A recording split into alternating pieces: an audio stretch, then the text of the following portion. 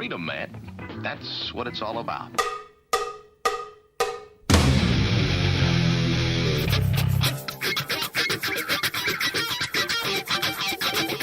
You've got to groove on freedom, like the good book says.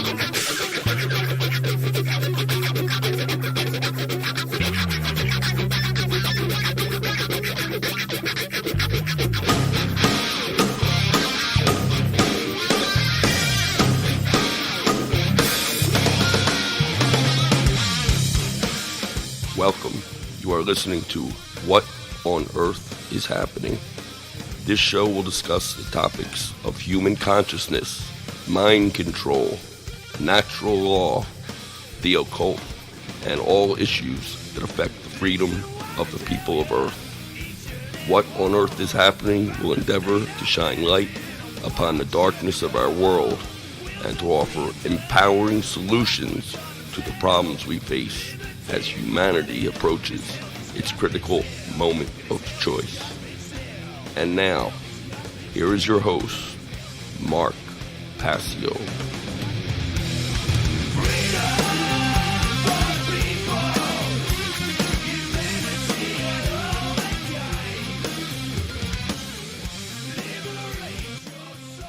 Welcome, one and all. You're listening to What on Earth is Happening here on the Oracle Broadcasting Radio Network. I'm your host, Mark Passio. My website, whatonearthishappening.com. The network's website, oraclebroadcasting.com. Today is Sunday, August 19th, 2012. The show is live every Sunday from 5 to 7 p.m. East Coast time. That's 4 to 6 p.m. Central. We have a great show planned for you here today, and it is going to be a controversial show indeed. Today on the show, we're talking about the ultimate expression of domination, Carnism, the religion, and that's what it is if we're honest with ourselves, about killing, that has the main belief system of killing animals and eating their dead flesh to, quote, nourish ourselves. We're going to be talking about Carnism in no uncertain terms here today. No punches being pulled on What on Earth is Happening. And let me give the tagline for the show before I even offend anyone. Get as offended as you like as regarding what's going to be said on the show today, because it's going to be hard hitting. And as I said, it's going to be very controversial. And what I'm going to do at the beginning, when we get into the subject matter, is really define what the word controversial means, because it's a word that's actually been hijacked in the English language, and we don't really understand its real meaning. So Carnism, a topic that I may be covering for 2 weeks, I don't know. Depends on how quickly I can get through this material. It's a whole lot of material, and it's information dense. So that's the topic coming up for today and possibly next week. Future topics are going to include women's role in the non-support of dominators. Remember, we're still on the subtopic in the solutions section of the non-support of dominators, and that's why Carnism plays such a big role in this. Again, as I said, it's the ultimate expression of domination, the taking of another's life.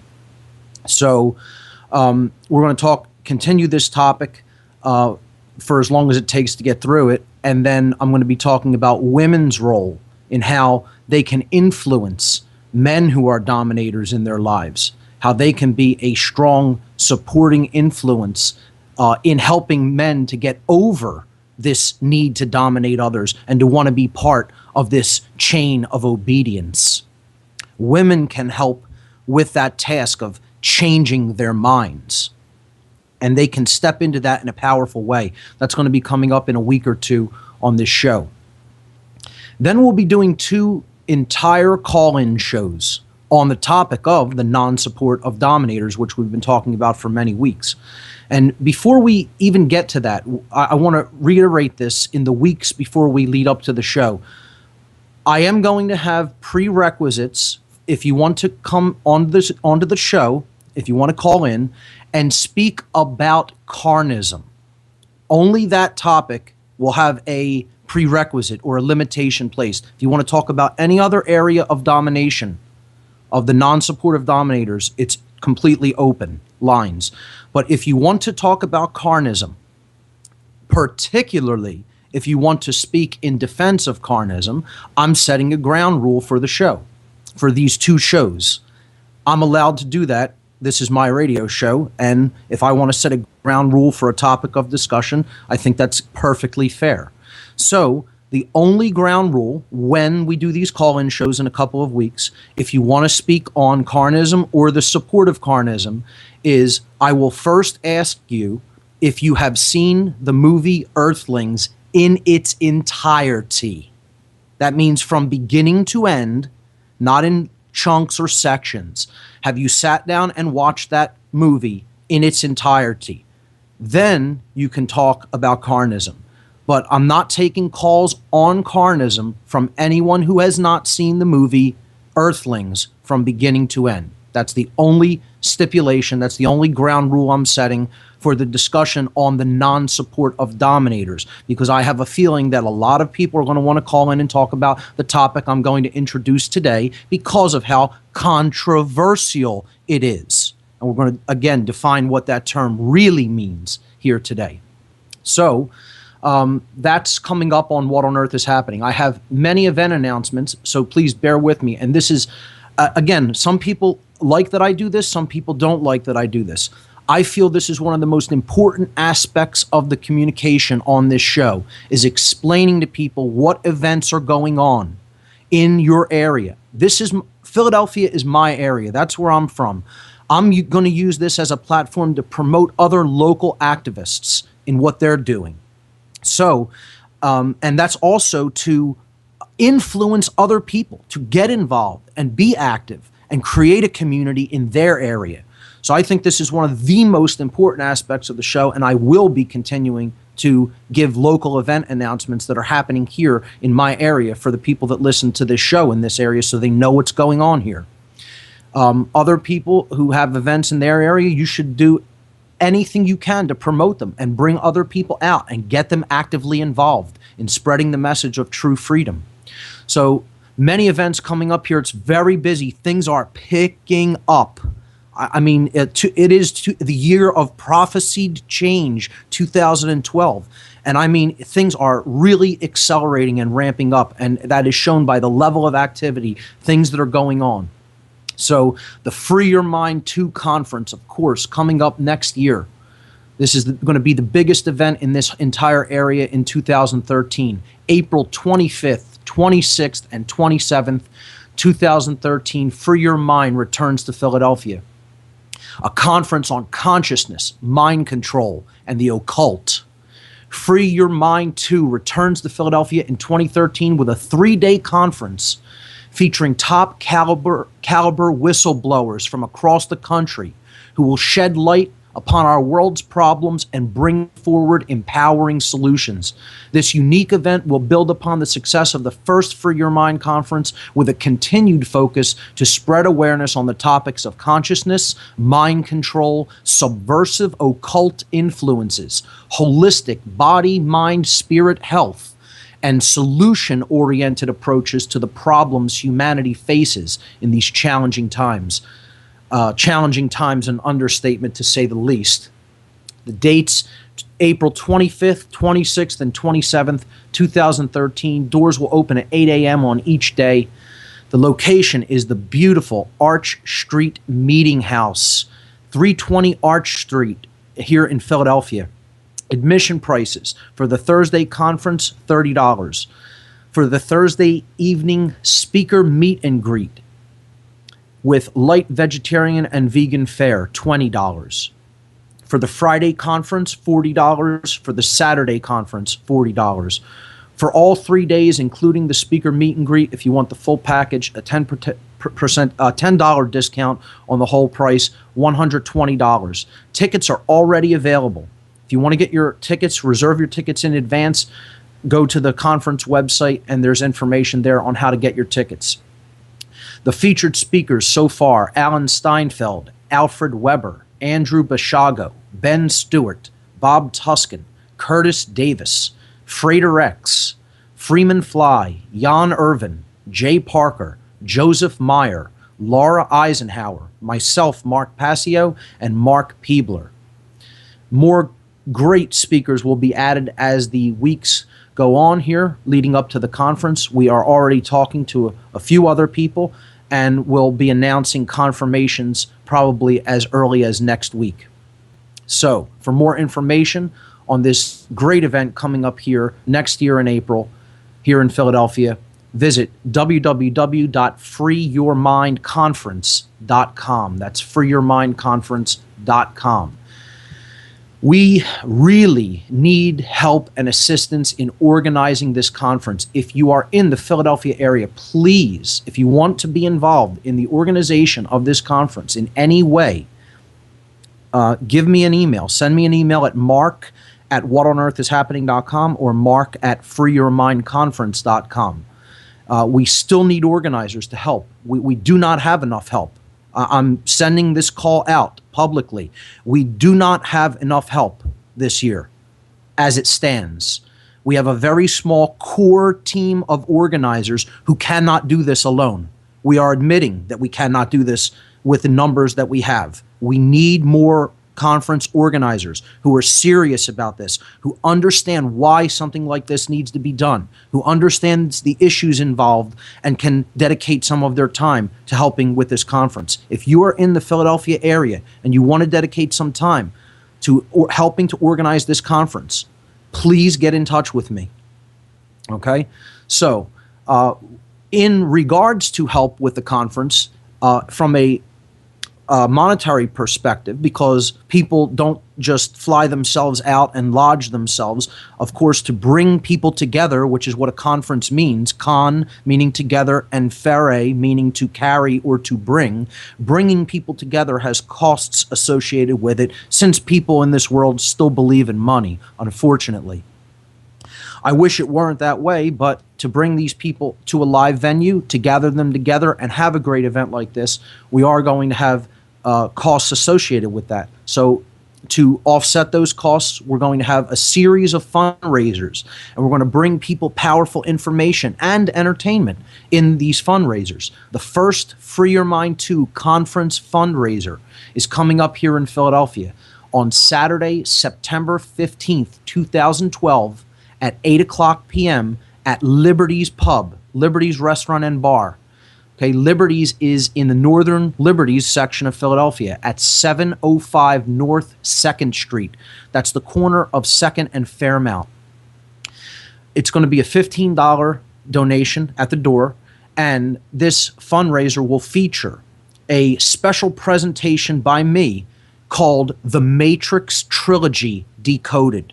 I'm going to break down the entire allegory of the Matrix Trilogy movies and explain what it really means, decode the entire allegory for people in a unique presentation. People have been looking forward to this for quite a while. I'm going to do it as a special part of this fundraiser coming up on September 15th at Liberty's Pub here in Philadelphia, 2nd and Fairmount, 8 o'clock p.m. All proceeds will go toward offsetting the costs associated with bringing in out-of-town speakers for the conference in April. Conference tickets will also be available at the conference fundraiser. This is fundraiser number 1. There will be several more before the conference arrives.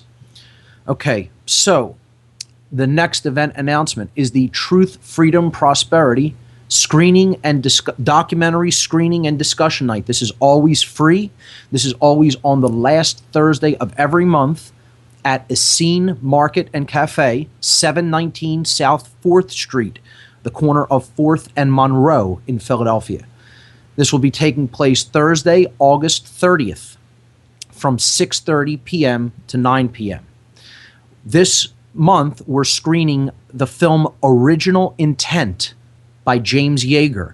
And James Yeager, the filmmaker and producer, will be present to introduce the film and then take questions at the end of the screening of Original Intent Part 1. It's a 3-hour film. We're going to show Part 1, an hour and a half of it, at the first screening night this August. And the second one, coming up in September, we will complete the film Original Intent Part 2. So this is going to be an epic documentary, and it's going to be an epic documentary night at a scene because we're going to have the filmmaker of the film, James Yeager, who also produced Fiat Empire, the film he's probably best known for, introducing the film and taking questions at the end. So it's going to be a great night. Come on out to Truth, Freedom, Prosperity's free monthly documentary screening and discussion night, Thursday, August 30th at 6:30 p.m. at a Scene Food Market in Philadelphia. For more information on this event, go to truthfreedomprosperity.org.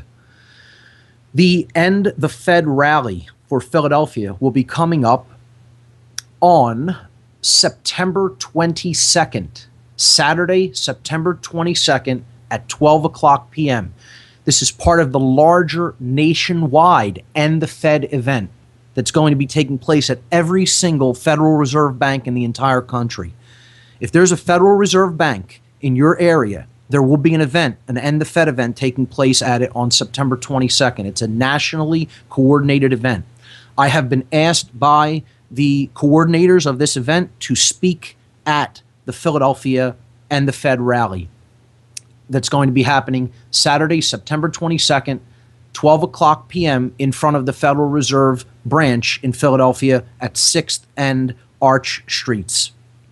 So I will also actually be speaking with many other great speakers. I don't have the full list, but I do know that Larkin Rose, a good friend, he has been on this show. He was a speaker at the first Free Your Mind conference. He will also be appearing as a speaker at the Philadelphia and the Fed rally, Saturday, September 22nd at 12 o'clock p.m. in front of the Federal Reserve Bank, branch bank at 6th and Arch Street here in Philadelphia. I'll have more specific details on this event as it approaches. For more information, you can go to truthfreedomprosperity.org, or you could also go to the nationwide End the Fed site at endthefed2012.com. That's endthefed2012.com.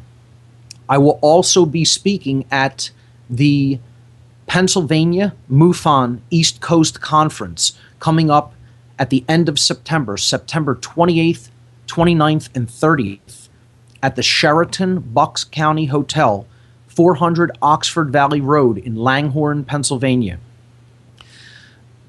There's many other great speakers for this event, including John Ventry, Frank Ficino Jr., Sue Switek, Karen Dolan, Stan Gordon, Travis Walton, Rob Switek, Peter Robbins, Grant Cameron, Richard Dolan, Stephen Bassett, and myself. And I've just found out that I've been put as the last speaker on Sunday, right before the panel discussion. I have a great spot. I'm really thrilled that they've given me that later spot. And I think it's going to really be a great night. Lots of great speakers on Sunday, including myself, Grant Cameron, Richard Dolan, and Stephen Bassett.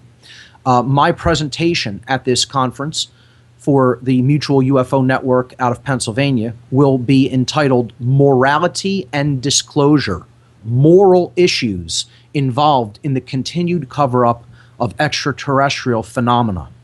It's a topic I don't often get into, especially here on What on Earth is Happening. I have spoken on it at past conferences, but this is a great opportunity with a lot of phenomenal speakers. For more information on this conference, please visit MUFON PA, that's MUFONPA.com, or you can also visit mainlinemufon.com, a group that I also work with here in the Philadelphia area, in the suburban region. Mainlinemufon.com is their website, and you can click on Annual Conference to read bios and topics of the speakers for this conference. Okay, I was on the show called Unpenned on the Critical Mass Radio Network out of the United Kingdom. Unpenned with Paul Rippon. I did this show this past Tuesday, and it is now up in the news section of the What on Earth is Happening website. So you can check that out. I got into psychopathy heavily on this show, and the topics, the characteristics of a psychopath.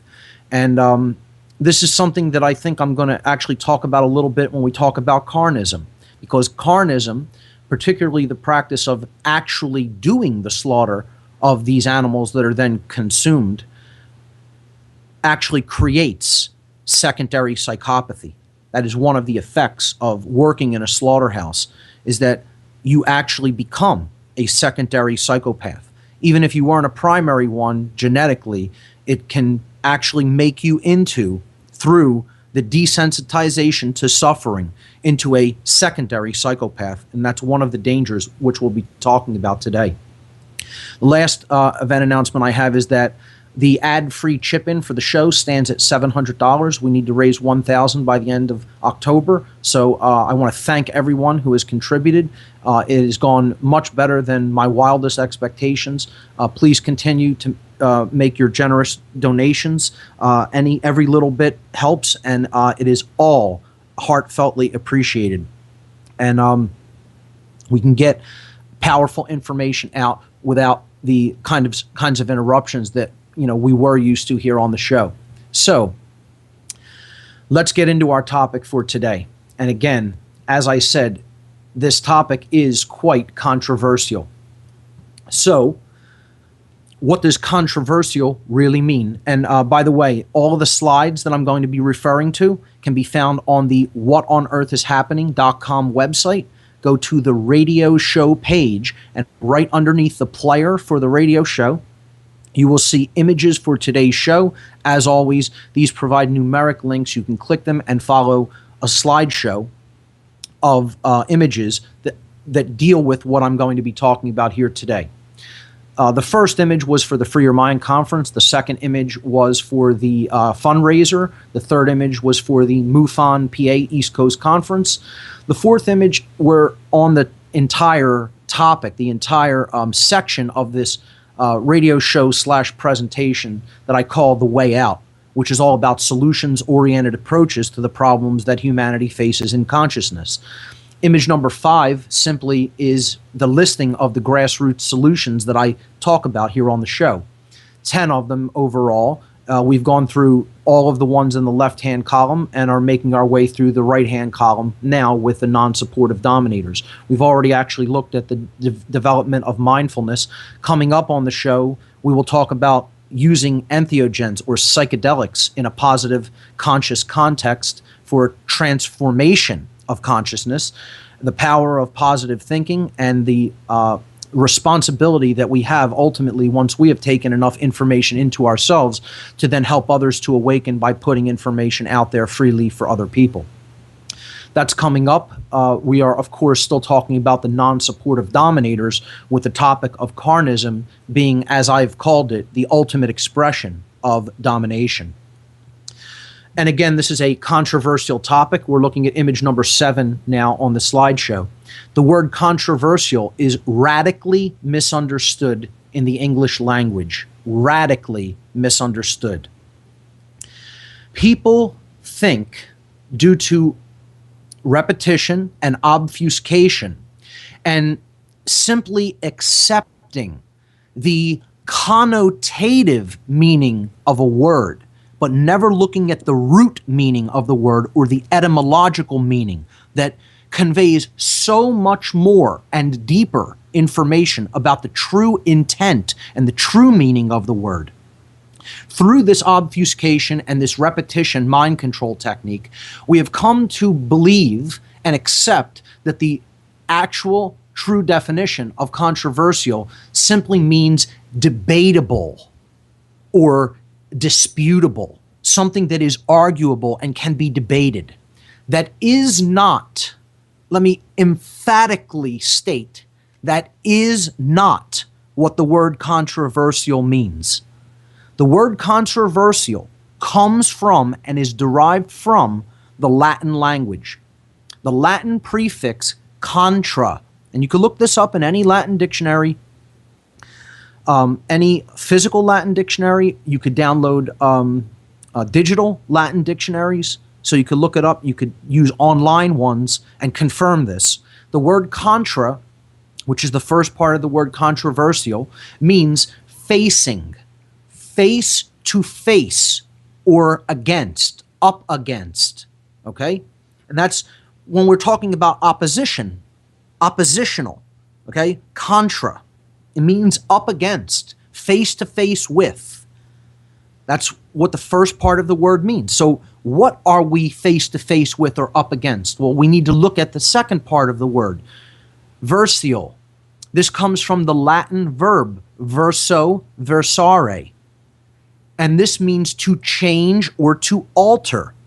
And a lot of people say, well, that word means to turn as well. Yes, verso, versare also does mean to turn. But it doesn't mean physical turning, like the turning of a doorknob. It means changing, like the turning of the seasons. Transformation, one thing turning into something else. That's the actual meaning of when we're talking about which concept of turning the word verso, versare means in Latin. It means to change into, turning from one thing to another. Okay, metamorphosis, transformation. And that's what controversial ultimately means. It means coming face to face with changing.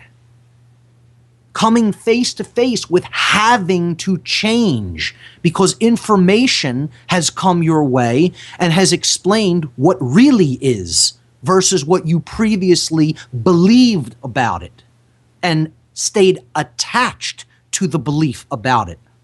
And that's why this topic is controversial. Not because it's really debatable, not because that there's holes in the argument I'm going to make. I'm not really making an argument. I'm going to state the truth about what is in nature, what actually exists. I'm going to state the truth about what this religion is about, regardless of whether anyone thinks that it's a religion or not. That is, in fact, exactly what it is. I'm going to state the truth in moral terms about what we're doing to ourselves as a result of continuing this practice. And I honestly am finished caring who it offends. Like I said at the top of the show, get as offended as you like. It doesn't make a difference. When we're up against truth, we either have to change or we are going to experience horrific consequences. And that's not the only reason we should choose to engage in the truth and to align our behavior with truth.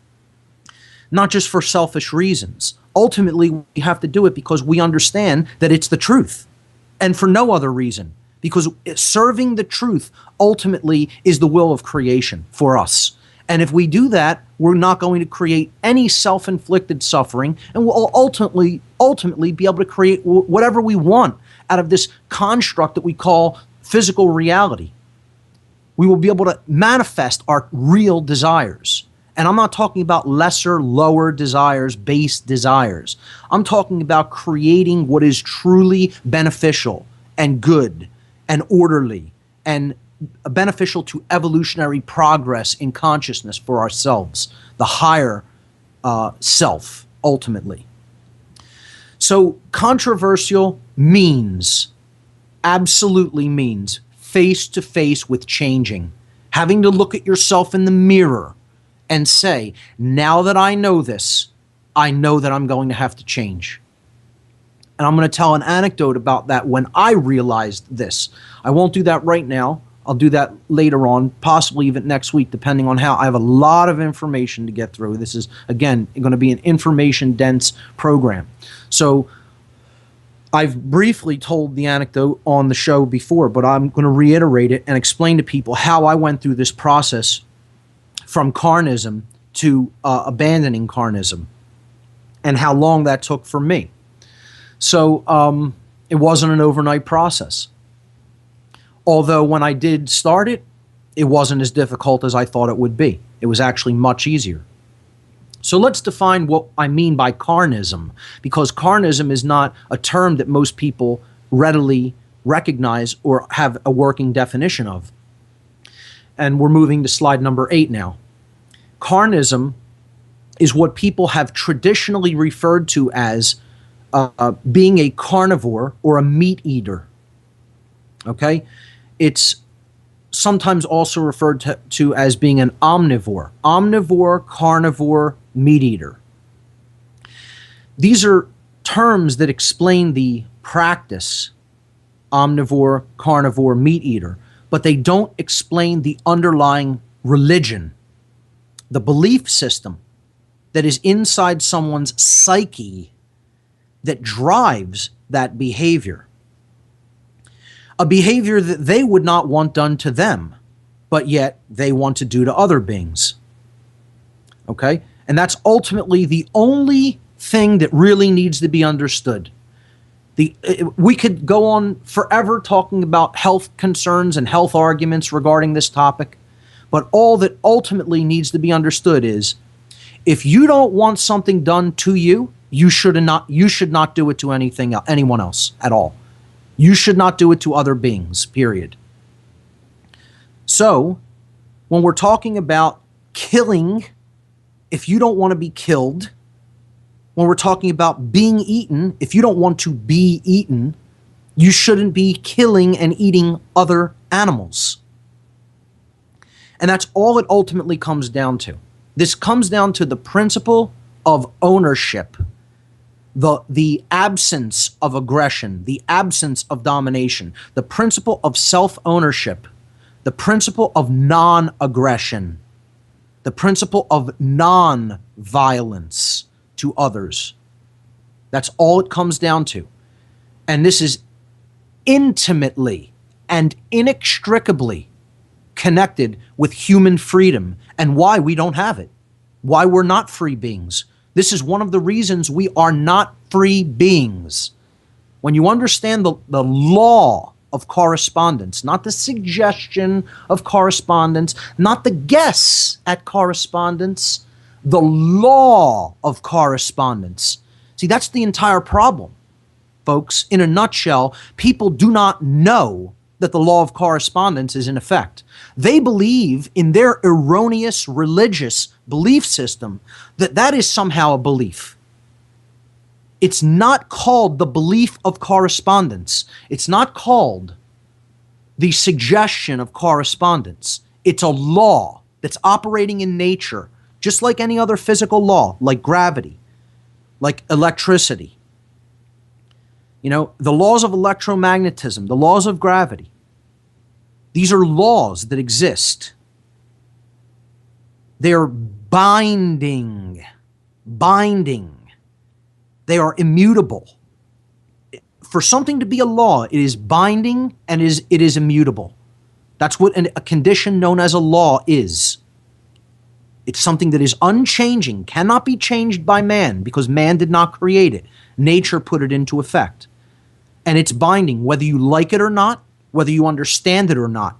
It is in effect and you are affected by it. And this is what man does not want to be.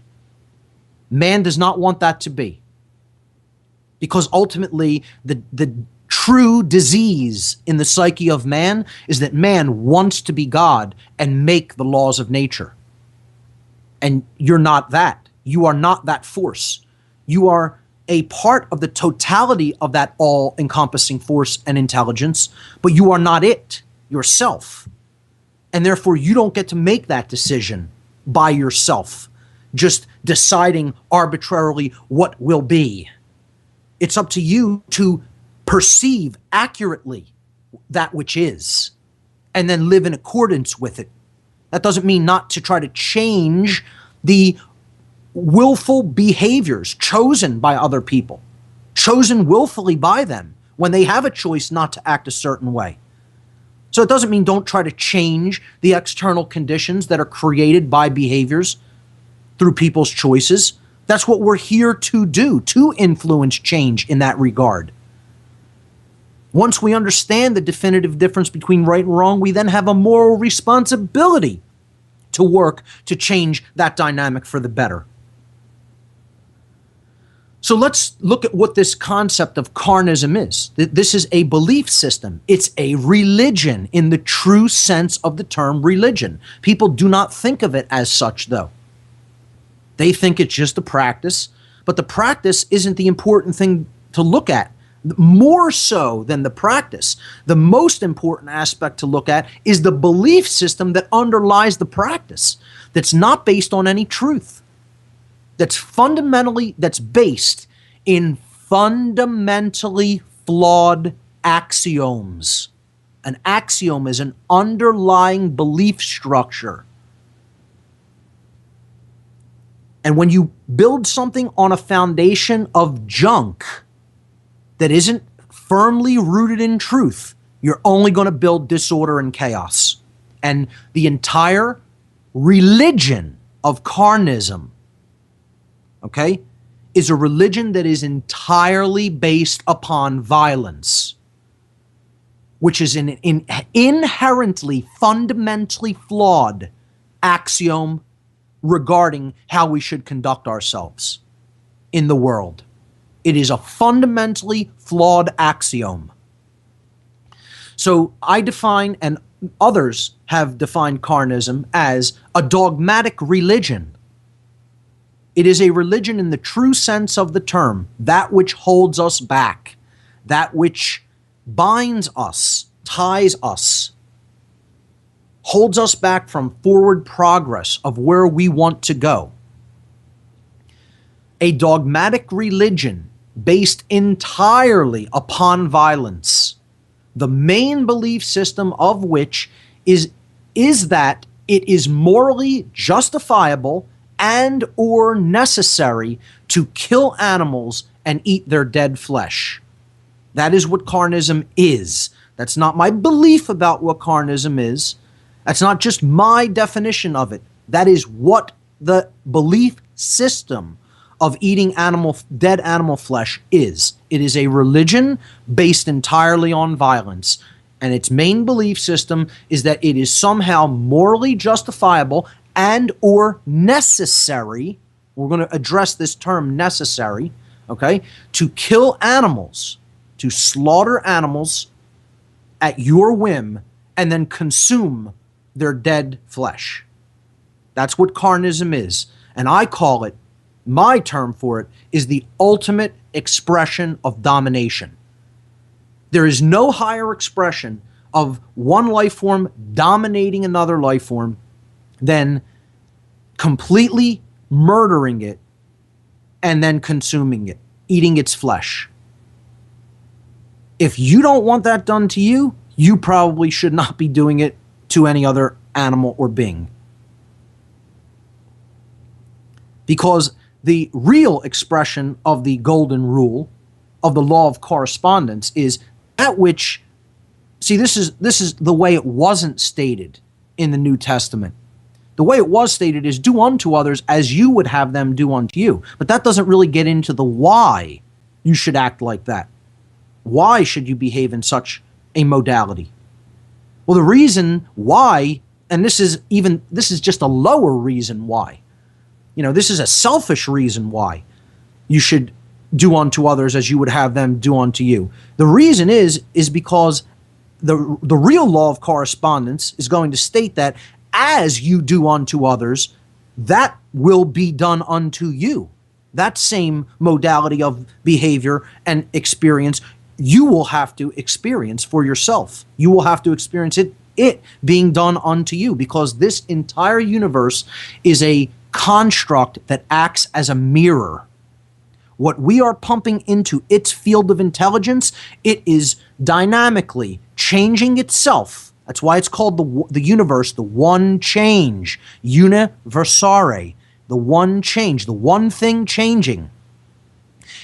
It reforms itself, it rearranges itself to bring us the experience that we put forward into it. The energy we pump into it through our consciousness and the expression of our consciousness, our thoughts, our emotions, and our actions will ultimately be re-expressed back to us. In other words, we are reaping what we are sowing. We are experiencing that which we are putting out. So the reason to live in harmony with the golden rule of do unto others as you would have done unto you is because as you do to others will be done unto you. That's just the way the universe works. That is the way the law of correspondence works. And that is not a belief system. I can't state it enough. That is not a religious belief. That is a universal scientific law. Let me state that again. The law of correspondence is not a religious belief. It is a universal universal, meaning everywhere in extant reality, no matter where you go, it is true and in effect. Scientific law. It is a universal scientific law. It is a reality. And it is our job to recognize it as such, to understand how it works, so that we can bring our decisions, our behavioral decisions, into alignment with this higher spiritual law and stop creating self-inflicted suffering for ourselves. And that is the main reason that really carnism should not be being practiced by human beings. It is morally wrong because it is based on violence, which is always immoral, and it is an expression of the domination of other beings. And if we don't want to be dominated, we should not be engaged in domination. Now, we can get into other ancillary arguments about it, but ultimately that trumps any of the physical 5 sense world arguments or concerns of this topic in general. The moral issue trumps all of anything anybody wants to bring up about health aspects. So now that we have defined carnism, I want to start talking about what this practice does and why people continue to make arguments that it really has to be continued. Why do people argue that this is something that we have to keep doing, that we can't stop eating animal flesh? We can't stop eating dead animal flesh. We have to continue that. The 3 basic things that people bring up, the arguments that they will bring up all the time, you'll never hear a carnist really deeply delving into the moral issues. You'll never hear them talking about the unimaginable suffering of animals.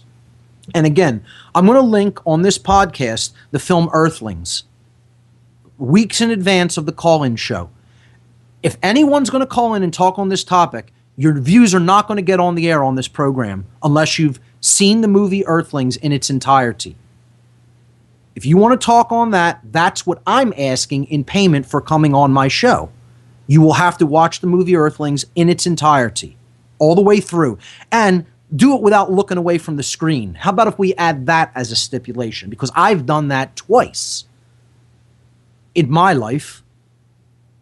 And let me tell you something. If that doesn't make you sick, if you're not physically sick like I was, when I watched the movie Earthlings, I was curled up in a fetal position, completely sick. And you know what? That's the beautiful, perfect, successful intent of that film. And I want to thank its filmmakers for making me that ill. I want to thank the filmmakers, let me say that again, for making me feel that sick. I understand exactly what you were doing in the making of this film. And the amount of courage that it took to make the film is colossal. So I'll be linking that film for those who haven't seen it, and I would probably suggest that it is the majority of people on the earth who haven't seen that film. And I guarantee you there's plenty of people who want to argue for carnism who won't watch that film. They'll keep making their, completely inhumane, immoral arguments, and they won't bother to watch that film. But if you're going to want to talk on this topic on my show, you're going to have to have watched that film. Otherwise, you're going to be abruptly and rudely cut off and hung up on. And I have the right to do that. You want to talk on that topic? You're absolutely free to do so. I'm also absolutely free on the show that I conduct to decide what topics will be discussed at a particular time on the show, to give airtime to give precious airtime to. And I usually have a totally open floor.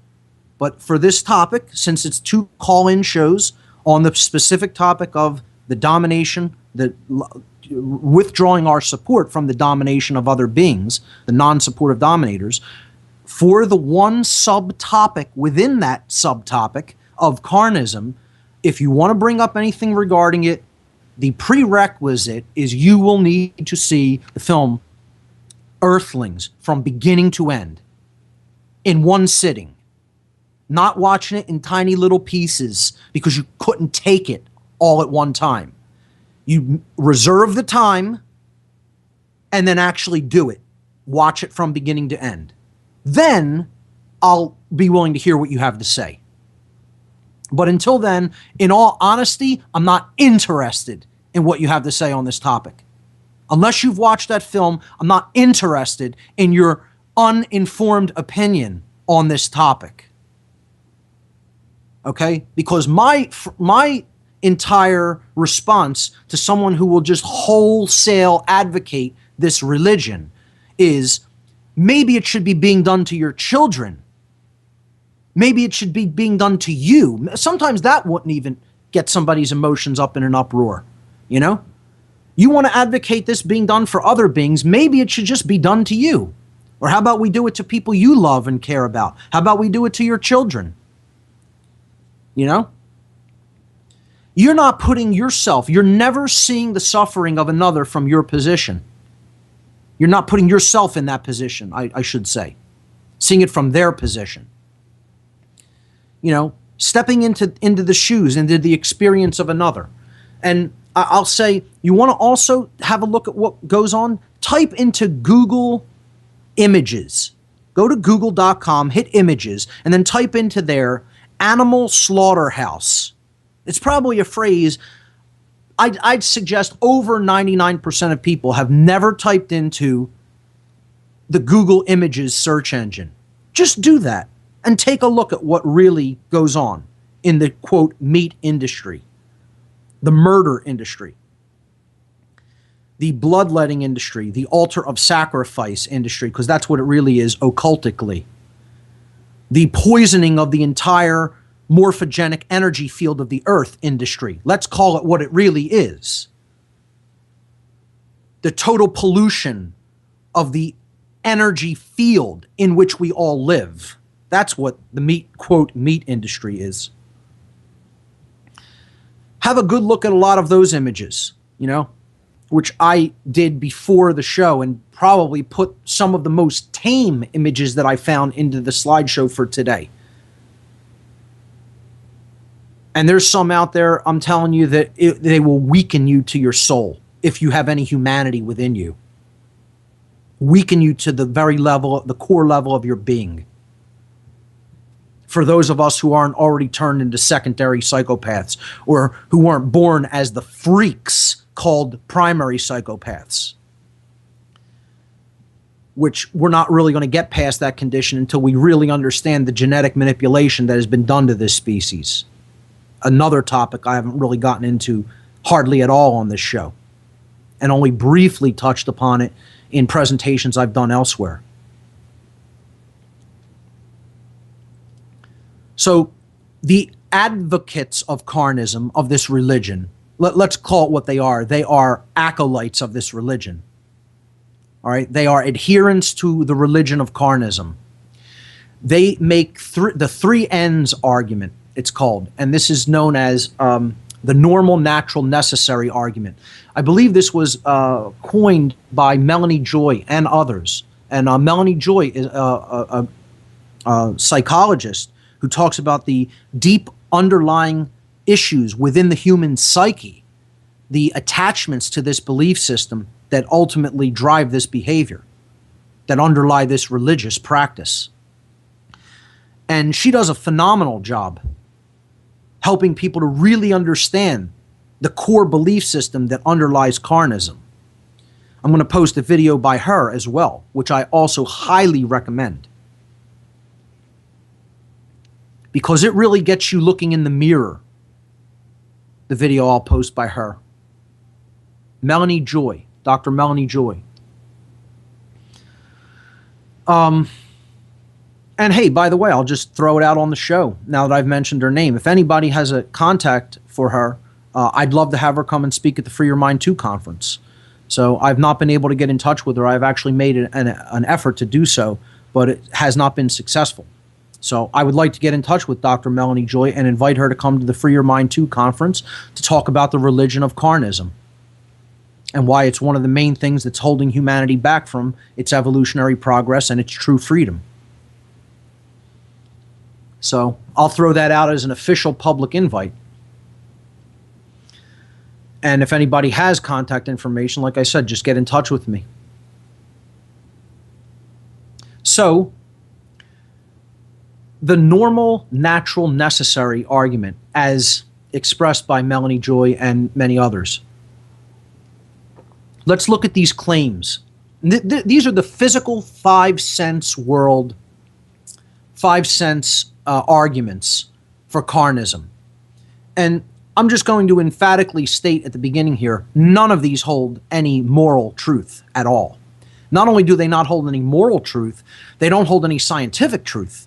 There is no scientific evidence to support these claims. They are misunderstandings at the very, very best, and they are pure fabrications to deliberately deceive and mislead at the worst.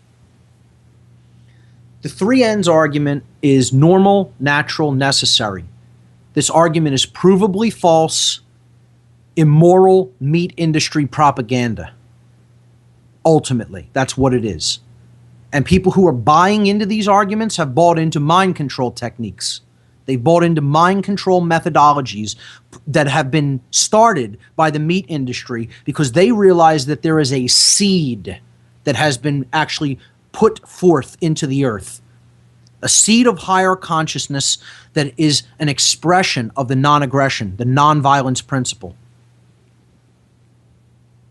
And they want to smother that seed. They don't want it to express. They don't want it to grow because that will mean less profits for them. That will mean their gravy train that they've been on since they've got so many people believing that this practice is normal, natural, and necessary will dry up if people really awoke to a higher level of consciousness regarding the immorality of this religion called Carnism.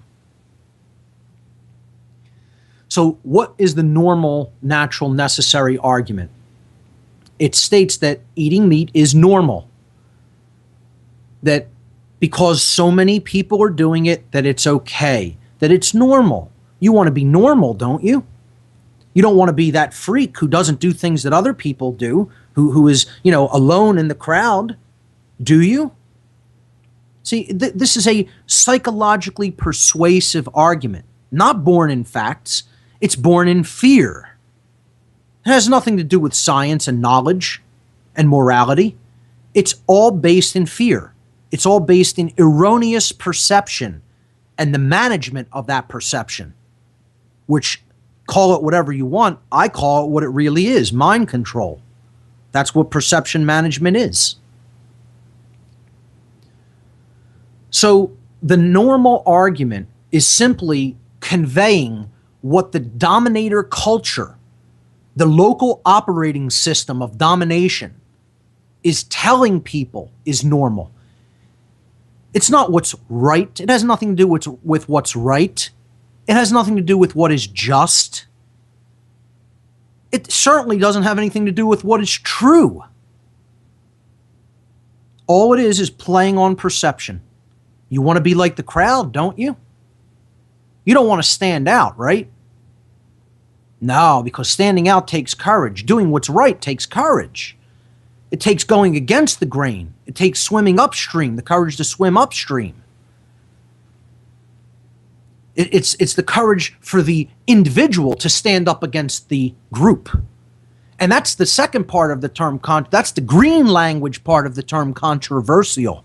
See, it's contra, meaning up against or face to face with, versare, meaning to change, and I-A-L.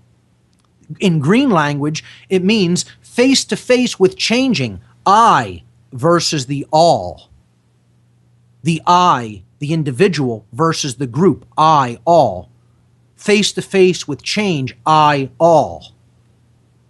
And that's not an accident. And people can make light of that all they want. I know people just totally ditch on the language of the birds and don't understand it because they're so trapped in the left brain. I get it. I get that you don't understand what occult language is about. I get that many people don't understand that there is a hidden language that the universe is speaking to us at all times and places, trying to wake us up, because the universe wakes us up through archetype, language, number, shape, and form, vibratory energy. It doesn't wake us up through English words. This is coming in through those archetypes, through the language that we have constructed.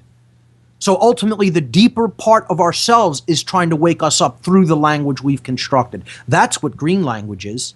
And there's so many people that absolutely do not get it and aren't going to get it. They don't want to get it. Because to get green language is to develop a deep understanding that you're living in a magical reality. You're living in a reality that is so far stranger than you could even possibly conceive.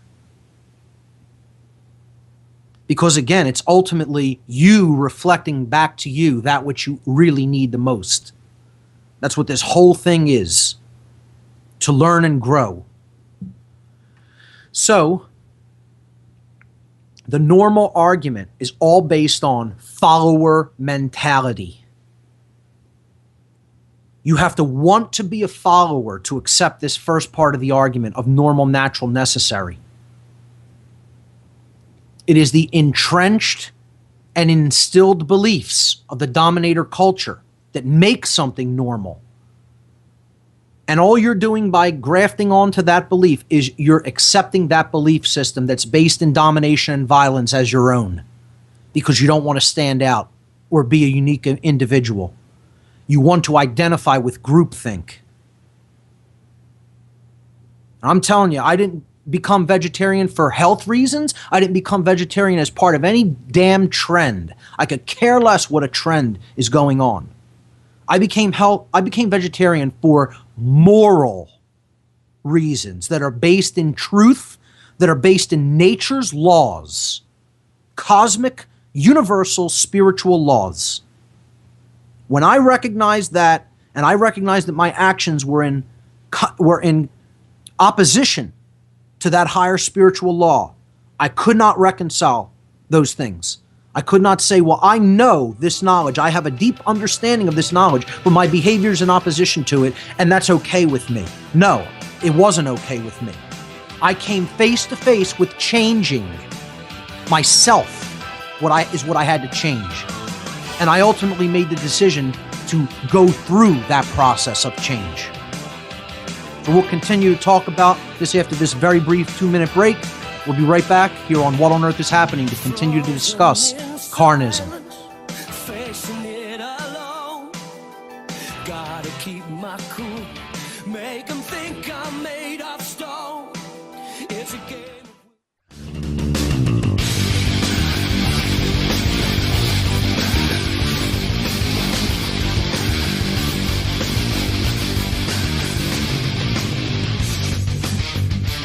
All right, folks, we're back, continuing to talk about Carnism as the ultimate expression of domination over another being.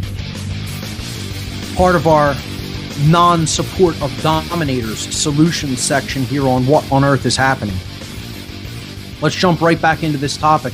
We were talking about the three ends argument of Carnis, the normal, natural, necessary, with normal being the really representative of simply the normal, quote-unquote, normal belief of dominant culture, or the dominator culture is more accurate to say. It is based on follower mentality, groupthink, and collectivism. Follower mentality, groupthink, and collectivism. And has no regard for the actual moral issues involved, as does the natural and necessary argument. Now, natural I'll spend a little bit of time on, and necessary as well, because people believe erroneously through their religious belief systems that it is man's natural state to consume the dead flesh of other animals that he has killed. They believe that that is somehow the, quote, natural order, which is the complete antithesis of the true natural order. This is based on complete lies and disinformation regarding the linear progression of man's evolutionary progress on the earth and it is based on Darwinian theory. This notion that the species with the biggest claws and sharpest teeth come out on top, when it is ultimately truly the most conscious being that is the highest aspect or highest expression of nature's order. It has nothing to do with the most vicious being. As a matter of fact, that's the thing that probably holds back the evolutionary progress the most, that bestial form of consciousness. So this practice of carnism has nothing to do with nature, with us just being natural predators and that being part of our nature. Part of this argument is, well, we see other animals that this is their being, this is their nature, and they eat meat, they consume other animals, so why shouldn't we do it? Well, the first and foremost answer to that is we're not the same kind of animal as them. It doesn't make a difference what somebody else is doing. This is the same argument. If you see other people jumping off a bridge, would you go and do that? Well, you would be the same level of retardation and stupidity to just do that practice just because you see it being done by those who are lower than you. Animals are a lower form of consciousness than human beings. There is a differential in conscious awareness on their part. This isn't some kind of myth or belief system. There is such a thing as different levels or different places that we are in consciousness. And human beings, arguably, hey, I have to qualify that, should be at a higher level of consciousness than animals. That isn't to say we're not part of this kingdom that we call animalia, the animal kingdom, the animal world. We're an expression of animal life. And that just comes from the Latin term anima, which means soul, imbued with the soul, an individuated expression. That's all it means. We're different than the plant kingdom in that regard. The plant kingdom is connected to the earth soul. It is not that we aren't, but we are an individuated expression, imbued with movement, able to actually be, not grounded in the earth, in its soil, and move freely upon it, and possibly even beyond it. That's what makes an animal different than a plant. Because one of the arguments we'll get into when we get into the occult side of things, which will probably be next week. There's so much information to cover on this topic. I mean, I may go 3 weeks on this topic, who knows? But part of what we'll talk about is the argument people make, well, if eating animals is wrong, eating plants is the same thing. And it's also just as morally wrong. And I'm going to refute that argument and explain to people, yes, plants have a form of consciousness, but what you have to look at when you understand the deeper occult spiritual aspects of this, that means the hidden spiritual aspects of this entire concept of stopping eating animal flesh. When you try to apply that to plants, the same thing doesn't hold true because they do not have the individuated expression of consciousness. And yes, that does matter. Yes, that is for real. It's not something that is imagined. You can come to understand that if you do enough seeking, deep internal work, and reading to understand the laws of assimilation, which we're going to talk about when we talk about the occult aspect of this topic. The law of assimilation is what we have to realize when we're talking about what we should be putting into our body in the first place. And meat is definitely one of the things that is going to make the body the most imbalanced and unhealthy. And I'm very, very profoundly sad that I didn't grasp this at a former time than I did earlier. It could have made my journey so much easier, and I would have come into good health before I had to go through absolutely horrific things with my health and overall feeling and well-being. And again, that's even not even to just want to make yourself healthier and feel better and be more energetic to take on a plant-based diet. That's even the ancillary reason, as I've said. That's the secondary reason for wanting to do it. That's still a selfish motivation. The non-selfish and ethical motivation needs to be the alleviation of suffering for other beings. Because if you're not concerned with the alleviation of suffering for other beings, then you're helping contribute to the dynamic of enslavement. And, a lot of people talk about, they make these other arguments about meat being killed humanely. Oh, these animals are being killed humanely. Was that humanely slaughtered? Hey, the taking of a life by violence is the taking of a life by violence. You don't own that life to take. It's not yours. Otherwise, it would be called your life. A cow's life is not your life. And that's another thing. If you're going to speak in defense of carnism, I want you to be able to make the statement, I own other animals' lives.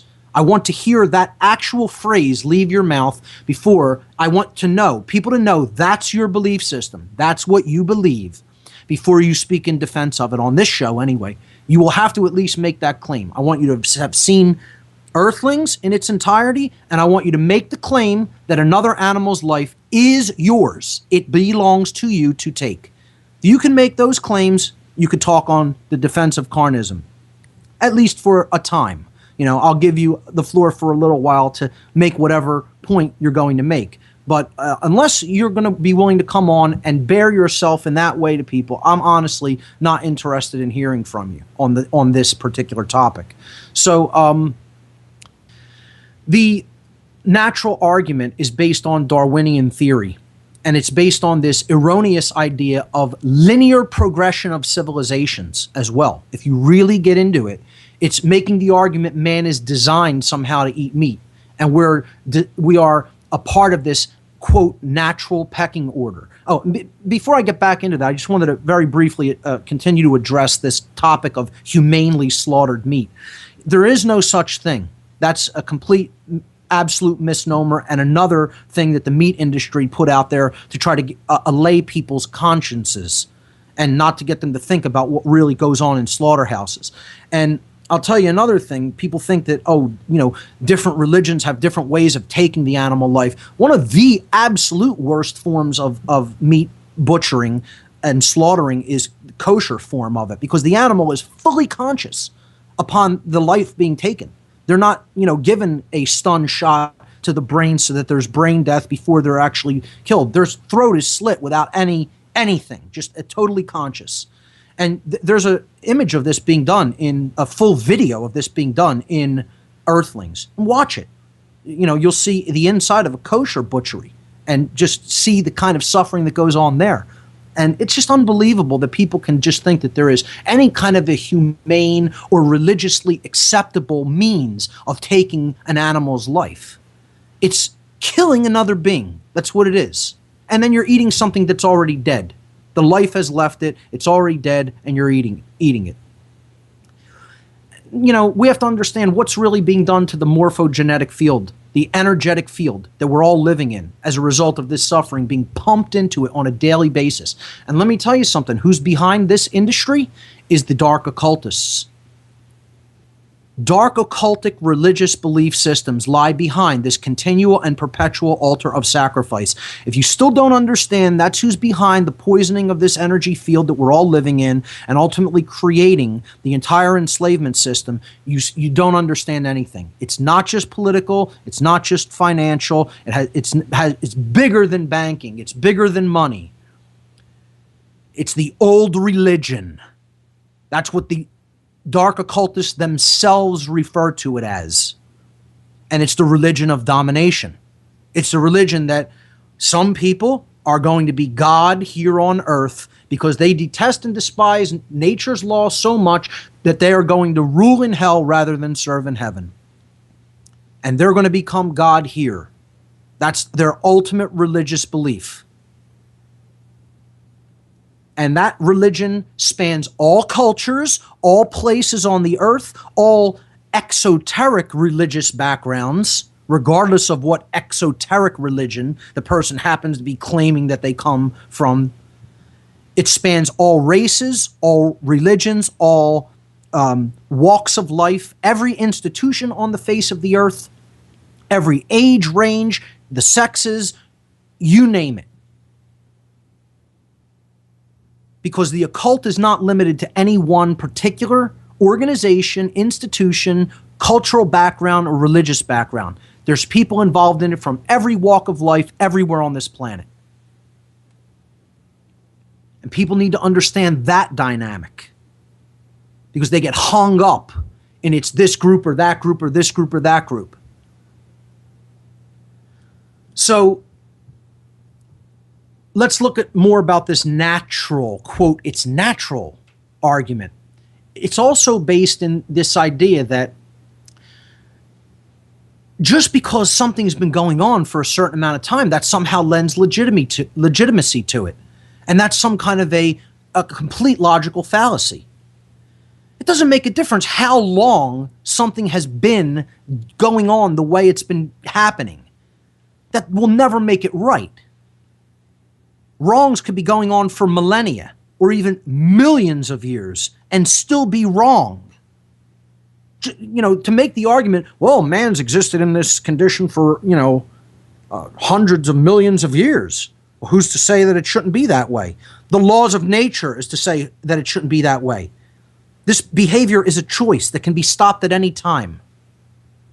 It's not something that we need. I'm going to get to that part of it. They'll say it's necessary. And just because something's been going on for however many enormous number of years is never going to morally justify it. That's like saying, well, human slavery has been going on for tens of thousands of years. Why do you have such a problem with it? Maybe because it's morally wrong. How about that? It doesn't make a difference. It's a complete non sequitur and logical fallacy entirely. You're bringing up something that has time scales, that has nothing to do with morality. Doesn't matter how long something that's immoral has been going on. It's never going to make it into something that's moral. And here, the other part I call the we are argument. The we are is part of this natural, that meat eating is natural. People say, well, we are hunter-gatherers. We were hunter-gatherers for our entire evolutionary progress. Let me tell you something. There is no such thing as we are, something that we are. We can consciously direct our evolution if we are in conscious control over our thoughts and understanding what's really going on in our motivations, in the deep recesses of the human psyche. If we're aware of that, then we are in a position to be able to consciously evolve ourselves. And there's no such thing as we must be this thing forever. We can will ourselves to be something beyond that. The we are argument. There's no such thing as what we are. We are what we choose to be. That's another thing that we have to really deeply understand, ponder, think about, contemplate. There's no set way things have to be. We can consciously choose to make something different and be something better than what we are. That's what evolution is all about. The willful, conscious choice to be something better than you were in the moment before. That's what evolution and consciousness is about. So we are what we choose to be. We're capable of consciously evolving past where we, quote, unquote, are by an act of our will, capital W, will. Another way I would say this is we will be what we choose to be. That's our choice, no one else's. The only thing that's not within our will to choose is what the laws of morality are, what right and wrong is. That's something that's set and immutable. It's extant. It is inherent to creation. It's like saying, I don't like that stars are stars. I want them to be something else. I want the sun to be something other than what it is. It's a component of nature. You're not going to change that. Oh, maybe you could develop some kind of technology that destabilizes it at some point of technological growth, but ultimately you're not changing that which is. You're not going to make a star into an apple, okay?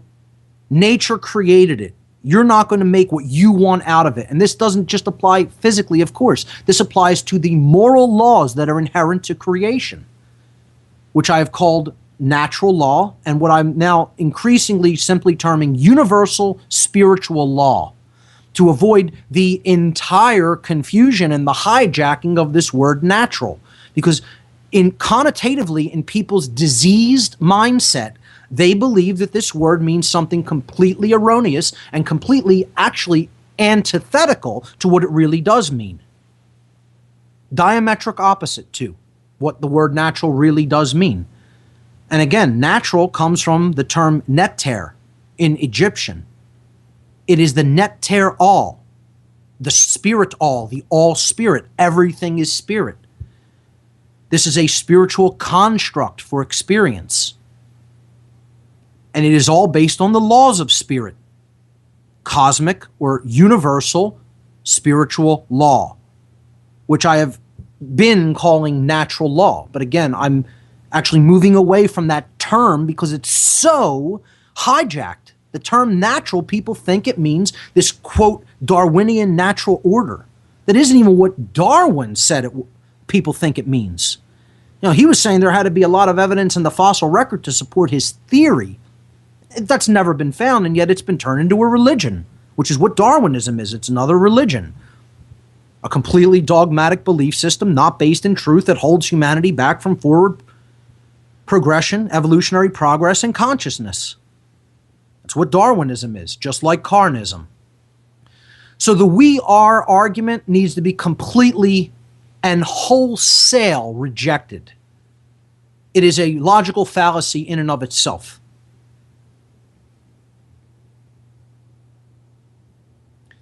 And it shows the worldview poisoning, because that's the dynamic that this entire natural argument is based upon. What do you think human nature is? What do you think the possibility for change is? If these aspects of the psyche, about how we view these dynamics of the world that we're living in and our expression of consciousness is poisoned, I've called this worldview poisoning. These are the type of thoughts we're going to have. These are the type of views we're going to hold on to. And they're completely imbalanced. They're completely poisoned. And ultimately, they keep us in a state of powerlessness. And the only way to get beyond that point is to heal worldview by understanding what true human nature is about and understanding the value of individual life. We talked about this in the section. As a matter of fact, that was like the first real solution I got into, was worldview poisoning. I believe that's the first solution on the grassroots solutions for positive and lasting change that we listed and talked about. If you don't heal the worldview, nothing is going to be orderly or healed from that point forward. You're not going to create any kind of positive expression or manifestation if your worldview continues to be poisoned. And this is part of the natural argument for Carnism that we have to get past. The third is necessary. And the main expression for this, people actually have made biological arguments, ecological arguments for why we have to keep eating meat, which is so ridiculous I'm not even going to talk about it, because the meat industry is one of the biggest ecological polluters of the entire world. And if you look at how much, if you just look at the stats regarding how much environmental degradation it takes to raise a pound of meat versus plant food, the stats are absolutely staggering. You know, I mean, we're doing so much destruction to the environment by the practice of animal rearing, animal husbandry, and carnism, that it's almost incalculable, the impact that this is having on the living system of the earth. The main aspect of the necessary argument isn't even just this ecological one, this ridiculous ecological one. It's the fact that we need to consume meat to be healthy. And this is complete logical fallacy as well, as I'm going to explain. And this is all born in meat industry propaganda. Part of the argument that was made for this was done in the book called The Vegetarian Myth by Lierre Keith. And I do encourage people to read this book. Okay? I'm not going to tell you don't read the propaganda for the other side. Absolutely check it out. I'd try to suggest borrowing it so you're not giving money to a diseased worldview like that, or trying to find it online. But if you read this book with open eyes and ears, if you read this book understanding the worldview poisoning aspects, if you read this book understanding the attachment, the ego attachment that is born, that has reached full expression in many people, and you understand the lack of willpower on people's part and ignorance on people's part regarding how real health is generated through nutrition. This woman seems to make convincing arguments to people who are not really in the know, because she argues these things normal, natural, necessary.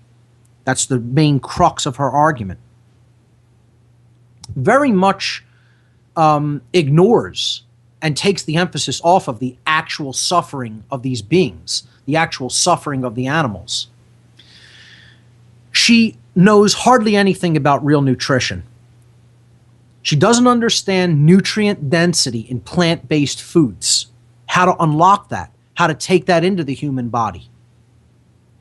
She was doing veganism all wrong, completely wrong. And I'm not even going to completely advocate just a vegan diet. I don't have a problem with the vegetarian diet, or what some people have called the non-strict vegetarian diet, one that incorporates dairy products, which are animal byproducts. If you want to go full vegan, wonderful. Make sure you understand the health concerns associated with that to do it, and do it the right way. This person was not doing it the right way. And then blaming the dietary choice itself or lifestyle itself because she didn't have the full information regarding how to do it right. You know, she's pushing this Paleolithic diet, which again is another form of meat industry propaganda and poisoned worldview based on this Darwinistic notion of linear evolution, civilization, linear progress of civilizations. So she makes erroneous statements in the book as well, saying that, you know, we have a dietary need for saturated fat and cholesterol, which we don't. The liver makes the amount of cholesterol that we need, and we can get all of the essential fatty acids from plant-based foods. The essential fatty acids can be taken in from the plant-based foods, the things that the brain actually needs to build the neocortex of the brain, the whole brain, but specifically the neocortex, which is responsible for higher order thought function and truly human characteristics, and especially conscience and more moral concerns. All of that can be gotten through plant foods. I'm going to talk about what is necessary by the body and talk about what plant-based foods we can derive those nutrients from. And believe me, they're in these plant-based foods in dense quantities. There's no reason that the human being, now or ever, needed to actually consume dead animal flesh. This is a myth. This is something that has been propagated by people who want this practice to continue unabated and unchallenged in the mind. And it's provably false. The idea that it is necessary to eat meat is provably false. First of all, I honestly, you know, people who love the entire backing up every single solitary claim that is ever made by the human voice, you know, they want me to provide actual claims for this, and I'm going to. I'm going to actually provide the claims, what is necessary by the body, the knowledge of what is necessary to be taken into the body, and what plant-based foods we can get that from today on the show. And the problem here is that people actually don't think that simple experience is proof of the invalid nature of the belief that you need meat. I'm a healthy, energetic, intelligent, vital being and I do not consume dead animal flesh, and haven't for 5 years. 5 years ago, when I went through a deeper aspect of the awakening before I started speaking, I finally reconciled this immoral behavior that I was participating in with the knowledge that I had taken into myself, and I willed myself to stop doing that immoral practice. So what we have to understand is there are people who are simply living proof, experiential proof, that that argument is a logical fallacy, and have been for hundreds of years. We're going to talk about that more when we get into the occult side of things. I'm going to be bringing up work by high-level Rosicrucians and Freemasons on the topic of the immorality of the consumption of animal flesh. I'm going to be looking into the works of Max Heindel probably next week on this topic from the Rosicrucian Cosmo conception. And I'll post links to all of this information as well with this podcast. We'll be getting into the law of assimilation. I'll be reading excerpts from the document known as Vegetarianism and Occultism by the Freemason C.W. Leadbeater. And it's a phenomenal short essay, I guess you could call it. It's not really a book, that really gets deeply into the moral reasons and the occult reasons for ceasing the practice of carnism. So the necessary argument, let's take a look at some of its claims. There's this thing known as the protein myth, that you can only get the proteins needed for the human body by taking in animal flesh. And this is incorrect. This is a logical fallacy that is repeated. It's a myth that is believed in by people. Let's take a look at what the body actually really does need. The body does need protein. This is true. The fallacy comes in that the proteins that we need can only be found in animal matter, in dead animal flesh. And that's not the case. Okay? The amino acids that we really need by taking in protein and having the body break it down, that's what the body really needs, through protein. So there are tons of plant protein sources. And if you're being a vegan and you're not getting enough protein in your diet, it's because you're doing it wrong. If you're a vegetarian and you're not getting enough protein in your diet, it's because you're not eating right. You don't have enough information about what the body needs and the particular foods that contain those nutrients in high enough densities, and you're not adding those into your diet on a frequent enough basis. And that's it. That's why people fail at veganism and vegetarianism.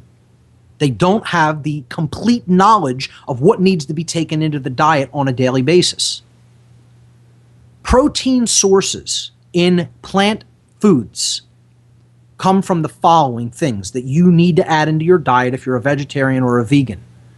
Legumes, which is lentils, beans, and peas, and chickpeas. That's what you need to take in. That's a big source of protein in the vegetarian and vegan diet.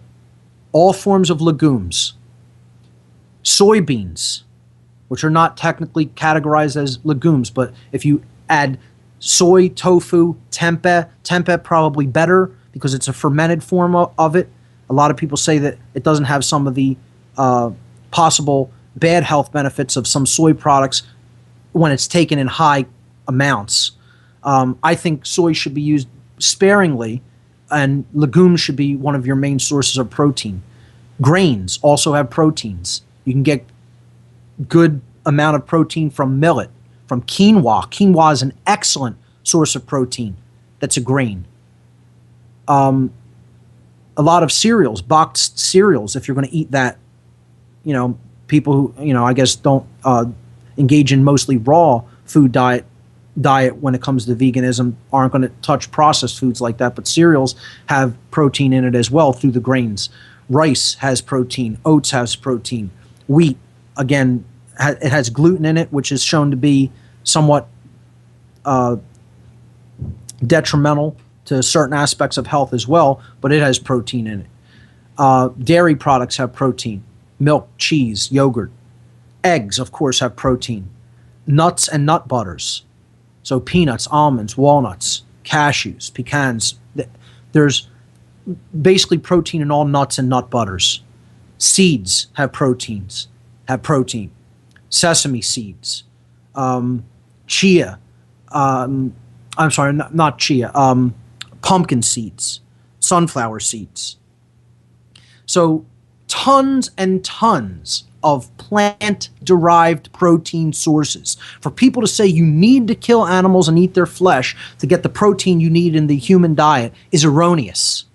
It does not hold any scientific weight at all.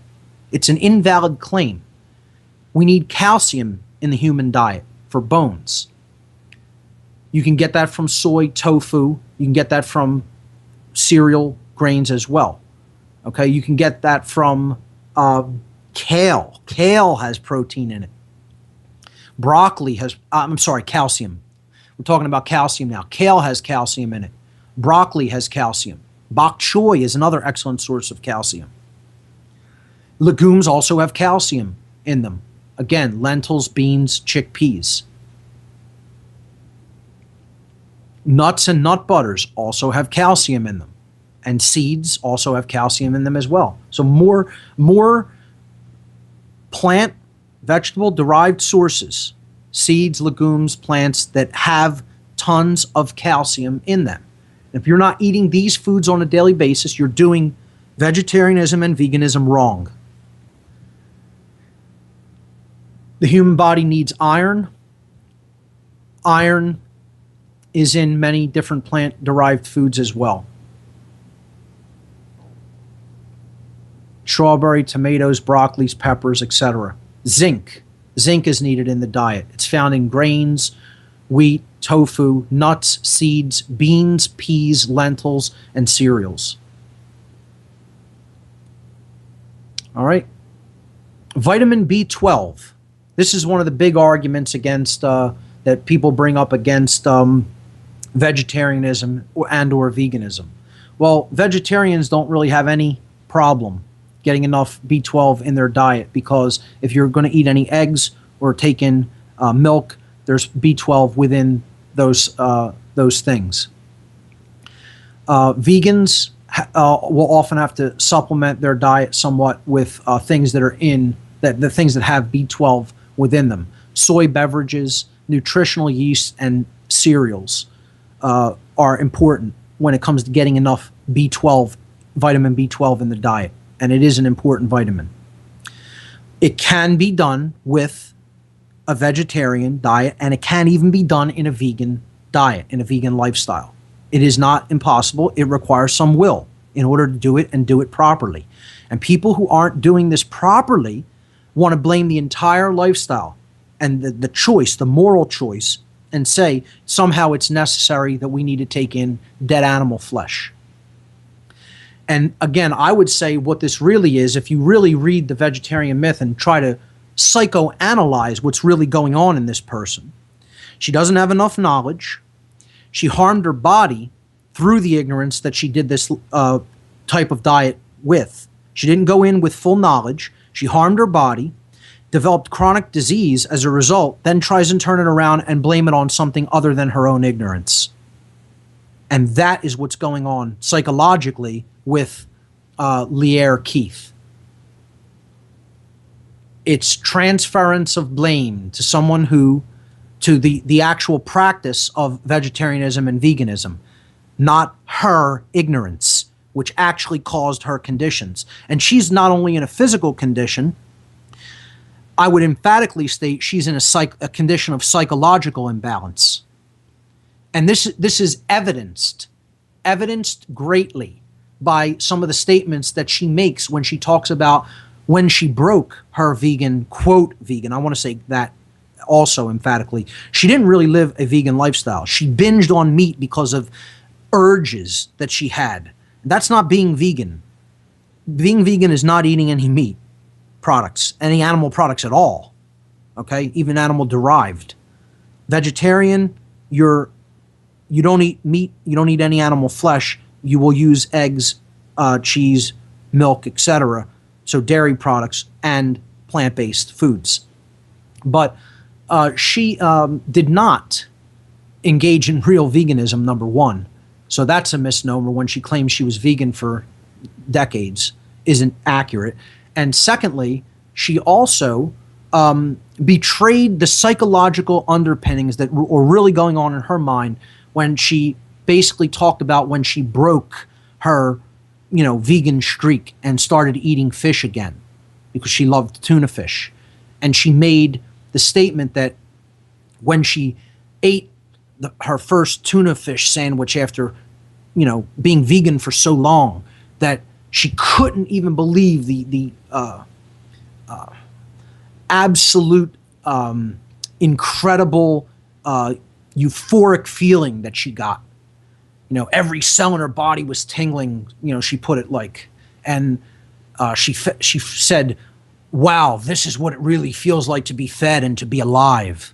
No, incorrect. That's what it feels like to be an addict and to be getting a fix, because you're still not willfully strong enough to overcome an addiction to an immoral practice. And you're still so hung up on how it makes you feel, meaning not the real you, the higher case S self you, but the lowercase s, the sense self, the 5 sense self. She's so attached to how that felt. Let me tell you something, ladies and gentlemen. No one in my entire circle of friends and family, and you can ask anyone who knows me, anyone who knows people who know me, I challenge you, call them, write to them. Ask people if there's anyone they know in their circle of friends that includes me, okay, if they know me personally, when I was a meat eater, when I was a carnist, who could put away more meat than me. I want you to go and ask them. And seriously, I know personally no one else. I'm not saying there's tons of people who are like, professional eaters and, they're, what do you call it? Competitive eaters. I'm not saying I could put away more meat than anybody. I'm saying in my circle of friends and family members, I was able to put away more meat than any other person that I know personally in my life. That's what I am saying. And that can be corroborated by asking anyone who knows me. The amount of meat that I would eat when I was younger, you would have a hard time even conceiving of it.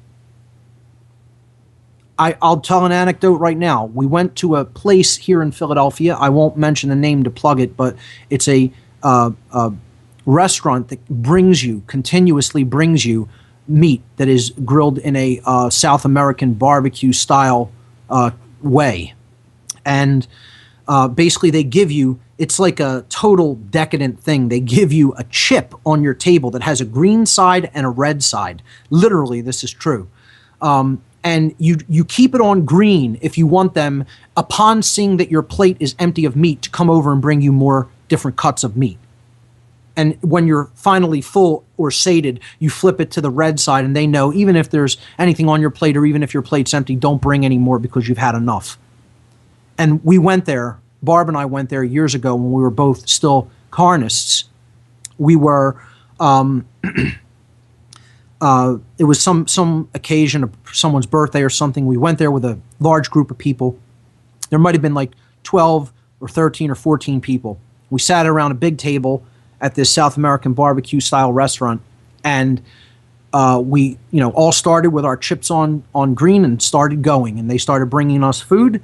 And at the end of the night, everyone was so completely overstuffed and just, gorged, literally gorged.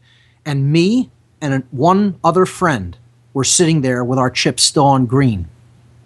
I'll say his name. His name was John. We were sitting there. He was a former boyfriend of one of Barb's friends. And he was, kind of a big guy. And me and him are sitting and just going toe to toe, talking about the different cuts of meat and just gorging ourselves. And everyone else was long done, and we were still eating like for 45 minutes after everybody had stopped. And they're just watching us.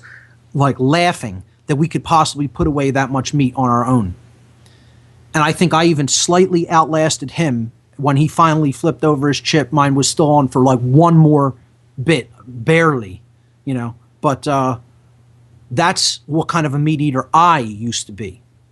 So again, in many of these cases, when it comes to mindset, when it comes to morality, when it comes to excess, I was one of the worst offenders. You know, I think that actually places people in a deeper position of being able to turn themselves around. It actually almost gives them the benefit or the edge. You know, this is the concept of the lukewarm are in the worst position. Those who are the hottest, in other words, they're in the deepest chasms of consciousness. They have an opportunity to see. It's, you know, that maybe you don't really see the reflection until you're almost at the very bottom of the chasm, of that floor. Then you finally see your reflection in that, and then you have an opportunity really to spring up to the highest, you know, heights. That's kind of the way I look at it, because if someone like me can do it after the level of attachment that I had to meat, then anyone can. And I'll just tell you another brief anecdote that I said I was going to get into. When I first made the decision to stop eating meat, it was after seeing the movie Earthlings. And basically, I had cognitive dissonance going on within my mind. And many other people will be experiencing this. If you're honest with yourself, you know, and you're still engaged in this practice and you want to see real freedom and you know, want there to be actual peace and nonviolence on the earth, and you're honest with yourself, you're probably in this condition of cognitive dissonance, trying to reconcile oppositional behavior with knowledge of right and wrong. And I was in this state for a while after seeing that movie. And I made like sort of a subconscious promise to myself. It wasn't even a promise. It was a deep realization and a recognition that now that I know this, now that I know what really goes on, now that I know what I'm a part of, indirectly, I'm an indirect part of it. You know, and that's saying it nicely. That's even a euphemism. What I'm really talking about is I'm a participatory member of violence by proxy and murder by proxy. So I knew that I was contributing to that dynamic. And don't get me wrong, don't think that I'm saying one person stopping eating meat changes the whole dynamic. No, it's all about amount. For a quantum effect to build and then express, a certain amount of people have to make a choice within harmony with natural law. So I'm under no delusions that just me doing this stops it somehow. Oh, it's going on unabated, and we could talk about numbers, and I will get into numbers. But, you know, I decided that, again, it's me versus the all. It doesn't matter what the all is doing. I need to worry about what I'm doing. What are my actions contributing to? Am I part of the dynamic of the creation of that suffering? Am I part of the dynamic of the negative injection of energy into the field of consciousness that we're all living in? And the answer was yes. I had to ask myself the question that I tell people to ask in slide number 11. You know, after I'll talk about numbers a little bit and I'll ask that question, but it's essentially, what am I contributing in the way of energy, pumping energy into this dynamic on Earth? Am I on the right side of that equation? Is what my behavior is doing contributing to the negative energetic dynamic on Earth? And the answer was yes. And therefore, I had to approach it apophatically, meaning from the negative perspective, meaning I need to stop doing something that is harmful. Am I engaged in harm or indirect harm? That's the question. Then stop doing that action. It's the apophatic pathway to truth. Is this behavior engaging in harm? Does it include engagement with harm and engagement in the violence ideology, the ideology of violence and domination? And if the answer is yes to that question, then you have to apply apophasis to your behavior. And apophasis is the method of saying no, the practice of saying no, pulling back from that which is doing harm. Again, I've said repeatedly over and over again. It isn't so much about what we need to start doing. It's almost entirely about what we need to stop doing to create freedom. We're holding freedom back by what we're doing. We stop doing those things. Freedom is the natural expression. It is the actual base, underlying form of everything. We just need to learn how to be in that state of consciousness and stop doing what we're already doing. Unfortunately, we've come to such a horrible fall in consciousness that our condition, the default condition that we have created is that, tyranny and enslavement and oppression and violence is like the default condition here on earth. Well, the only way to really change that is to stop engaging it, stop supporting it, stop obeying it, stop complying with it. Saying no, apophasis, pulling back from engagement in actions that are immoral because they cause harm. Then the manifested result will be peace, order, harmony, freedom, and justice on earth. Until we pull back from those behaviors, don't expect any of those things. Don't expect them to magically manifest while we're still engaged in harmful, immoral behaviors. The laws of nature do not allow for that. It's an impossibility. It just doesn't work that way, folks. So, let's briefly talk about numbers. How many animals are murdered in the United States alone? Last year in 2011, in the United States alone, over ready for this figure? 10 billion with a B. Yes, 10 billion. That's a 10 with 9 zeros after it. 10 billion animals, land animals only, were slaughtered in the United States alone in the year 2011. In 1 year. Over 10 billion. That's a low estimate. It was something like 10.3 billion was the actual figure. Over 10 billion with a B animals. And if you factor in aquatic animals, animals that live in water, the sea or fresh water, the total number of animals killed for human consumption in the United States alone just last year, in 1 year, was, you ready for this? 65 billion animals with a B. 65 billion animals only in the United States. That's not the entire world. That is 9 times more than the population. More than 9 times greater than the population of the entire world as far as human beings go. Worldwide figures were astronomically higher. If you take the total amount of animals, both aquatic and land raised, amount of animals slaughtered, killed at the hands of human beings for consumption of their dead flesh in the year 2011 alone, in the world, the number is horrific. It's 150 billion animals. 150 billion animal lives were violently taken in the year 2011 alone by a human population of 7 billion people. That is over a 21-to-1 ratio for every person alive on the planet. And I ask people to ask only one question when it comes to looking at those figures. What is this practice doing energetically to the field of energy and consciousness in which we are all living? What do you think it's doing?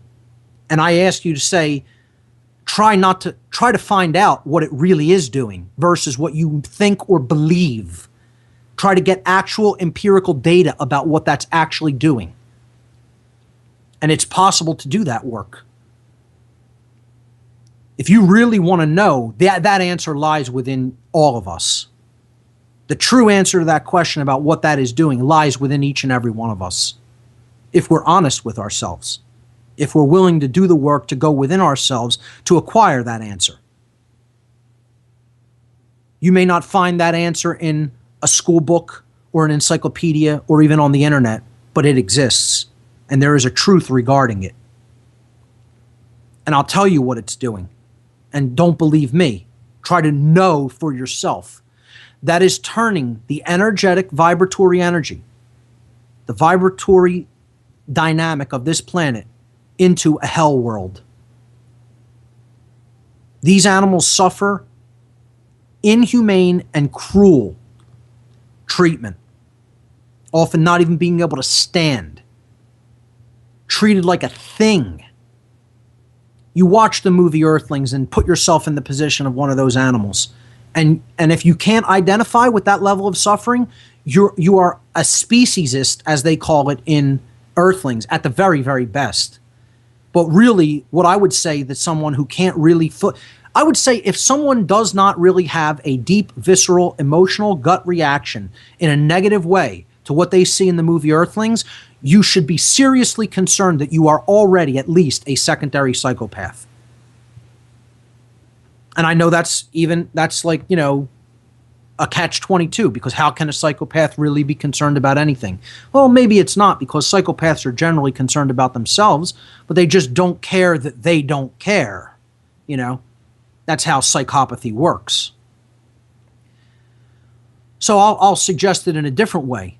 If you watch this movie with someone else and they don't have a visceral, emotional gut reaction to what they're seeing in a negative way, then you will be really empowered to know that you're probably most likely dealing with a psychopath. And I would say if you're going to watch it with somebody else, try to be wary about whether they're feigning that concern, that emotional reaction. You could tell if you're good enough at reading people whether they're faking it or not. Because if it's not going to produce that, you know, empathetic, painful reaction in the human heart, I feel tragically sorry for anyone, because they've been turned into something that is quite less than a human being, and they've been robbed of a birthright, which is to truly feel. So that's my challenge, and I'll be posting the link to the movie. And I've told people in the past I didn't recommend them watching it because of that reason. I'm going to reverse my position on that and say, if you really want to get involved in the real dynamic of why human freedom isn't a present condition here on the earth, and probably is not going to be for a long, long, long time, as long as we stay attached to these erroneous belief systems and these false axioms that we have built our behavior upon. I would suggest that Earthlings is actually a good movie to view to understand why that dynamic is in place. And next week, I'm going to really talk about the occult aspects of this dynamic and really get into the principle of correspondence. You know, I put a somewhat comical image, if you could even call it that, that I found out there floating around as an internet meme. A human being laying on a table with aliens around him saying all the different justifications for the continuance of Carnism. Oh, we have our own problems. We don't have time to worry about whether they suffer or not. You know, and this guy's laying out on their feast table with an apple in his mouth, surrounded by, you know, vegetables and trimmings. This is in image number 12. They kill other animals for our food, so why shouldn't we do the same? Oh, there's that erroneous logical fallacy, quote, unquote, natural argument. Don't worry, this one was killed humanely, quote, unquote. You know, the logical fallacy that you can murder something humanely. I do feel bad, but I could never give up my meat. It's just too tasty. Let's be honest, that's what the real justification is in everyone's mind. They don't want to employ the will. They don't want to exercise the will to change an existing behavior that is ultimately destructive and is ultimately creating part of it is part of the creating dynamic of why we are enslaved. And if you don't understand that, you still don't really get the why. You can only see the what. You can see the symptom, and you might disagree with the symptom, and you may not want the symptom present, but you still don't have the master key of why in hand that it's happening, because you do not grasp the principle of correspondence, the law of correspondence. That as we do to others will be done unto us. The end for all eternity in all times and places. So if you don't want to create self-inflicted suffering and you want to be free, then do unto others as you would have done unto yourself. And that's the true Christian teaching and the true esoteric Christian perspective when it comes to this issue. I'll also talk about this fallacy of God giving us dominions over the animals that's taught in fake Christianity next week. That's all the time we have for this week, folks. I know it was hard-hitting.